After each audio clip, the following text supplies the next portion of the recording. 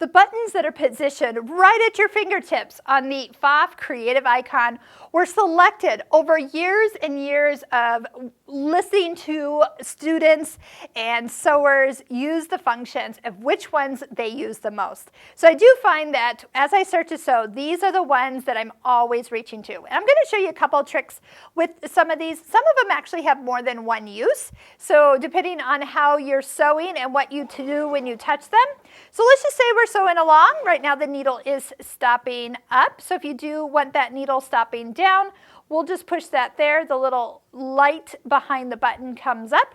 And you are noticing that the needle stops down, but it lifts the foot up. So this is a perfect way to do like your stop and then pivot, or stop and put another piece of fabric in if you're piecing blocks together. I love that I can just slide my next piece right up to the needle and then it just jumps into the next fabric that I'm working on. When I'm done, so if you just stop and use the thread snips, that thread cutter there will cut the thread. Nothing else, nothing exciting, just cut it, lift the foot, and let you pull it out. But let me show you something else, because I use this all the time. So let's say I'm sewing down a row, and especially if it's a row of decorative stitches. We do this a lot with our Pfaff Stitching Cosmos online course. You can check out links below this YouTube video where you can watch 10 videos for free. But what I want to do is I want it to lock when it's done. So if you sew and touch that scissor button right at the same time, it goes into a locking mode.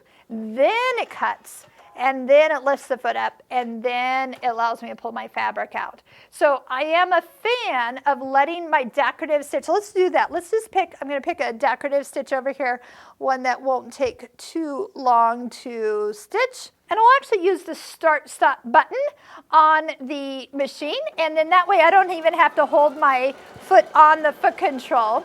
Now on the side of the machine, I can actually adjust that speed. So I'm over here where the foot control is plugged in.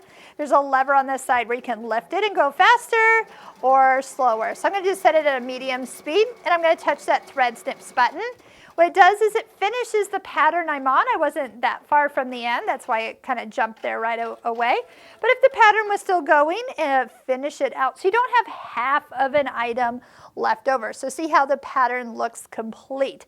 So I am a big fan of, when we sew out our stitch book, is just going ahead, picking the next stitch in the row, setting my presser foot right up to where the last one was, and pushing the start button. So the start button allows me to just kind of sit back and enjoy. And then when I feel like the machine has stitched far enough down, then I'll reach up and touch that same button. I do like that it locks it at the end as well. So I get those little locking stitches, so I know those stitches don't come out. Again, that one was a little bit more at the beginning when I pushed it. Then when it locks it, cuts it, and lifts the foot up, I again have the perfect finish of that stitch. The one that is here, so this one is like a pattern begin. So let's say I start a stitch, and I'm going to pick one that's a little bit more obvious, and I'm going to go ahead and start it, and we're going to find that, oh no, it's not the stitch I wanted to stitch, or it was not where I wanted to stitch. Let's just say I'm stopping before I go any further, and I want to show you, because the stitch kind of partially got started, but now if I move over, the stitch is going to pick up where we left off. But if I touch this button, it returns the pattern to start back at the beginning where it started here. So now, and I'm going to just have it do one repeat. So I've touched the scissor button. So we'll go ahead and finish out one pattern, lock it off, just the way we like it. And then that way it can show. But the pattern begins. If you're ever in the middle of a pattern, you need to kind of restart it. I love that this one is been selected to be at my fingertips. I love being able to stitch something out one time, then that way I can place decorative stitches where I want them. Have you ever thought of using a decorative stitches to tie a quilt? So for those of you who've ever done hand-tied quilts, and you take a stitch and you tie it off, and then you do it in usually the middle of every square. What about doing a decorative stitch in the middle of every square, and then moving and stitching, moving and stitching? That would be so easy to do. Now we do have our immediate tie off buttons here. So if I do touch it, it's going to go ahead and lock it at the beginning, and then, but it stops. So at any given time that you need a tie off, you can just press it and it immediately ties off, hence by its name. So if you're in the middle of a pattern and you just need to stop, or if you're just sewing along and you want locking stitches instead of backing up with the reverse button, this is the button that will become your friend. So it just kind of does a lock, lock, lock, and then a finish. But the nice thing is it is completely secure. So we don't have to worry about those threads coming out after it has been pulled out of the machine. So immediate tie off, just like it sounds, it will do just that. Now these two pretty much are obvious, but let me show you one other thing. Most of the time I'm stepping on my foot control to lower the presser foot just to begin sewing. But you are able to just lower the foot or lift the foot. I'm going to bring the needle up. So we can lift the foot up, but watch and listen. I'm going to go ahead and push this up again. So right now it's at its normal height that you usually are used to doing. But if I put that foot up again, it goes up even higher, and you heard an extra click, and that was actually the feed dogs or feed teeth lowering.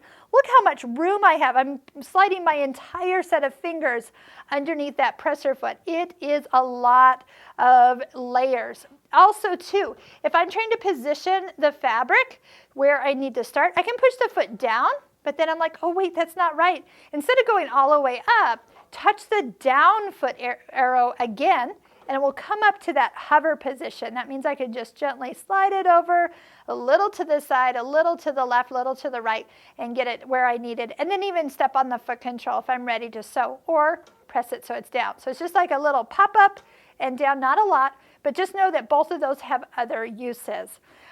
We saw the go button or the start stop button. This is great if you don't have your foot control close by. We'll use that for embroidery when you're running your embroidery machine so you don't hold your foot on the foot control. Easy for kids to sew or learn to sew by using this as their go button. Just set the machine to that slowest speed and you will find that it really is very soothing to watch as they go to sew and know that things are not going to be racing away on their first time sewing. So this is always good. When my daughter was young, we did this quite a bit, and then she knew that she could always touch the scissor button and cut it, and then the foot lifts, so everything was very easy as she was wanting to be like me and do a little sewing.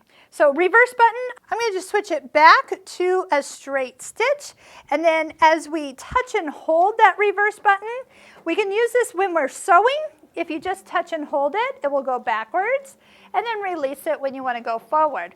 Now, if you do touch it while it is not sewing, you will notice a light will turn on, and now it's going to sew backwards forever. So if you do touch it and you're like, why is my machine sewing backwards? It's because you turned this on. So likewise, touch it to turn it off, and then it'll sew forward again. So those are just some basic overall functions right at your fingertips. I hope you'll get used to using them. You're going to see me using them throughout all of our videos. Plus, when you jump over to our Pfaff Stitching Cosmos online course, you will see me using those on practically every block over all 25 of the techniques that you learn.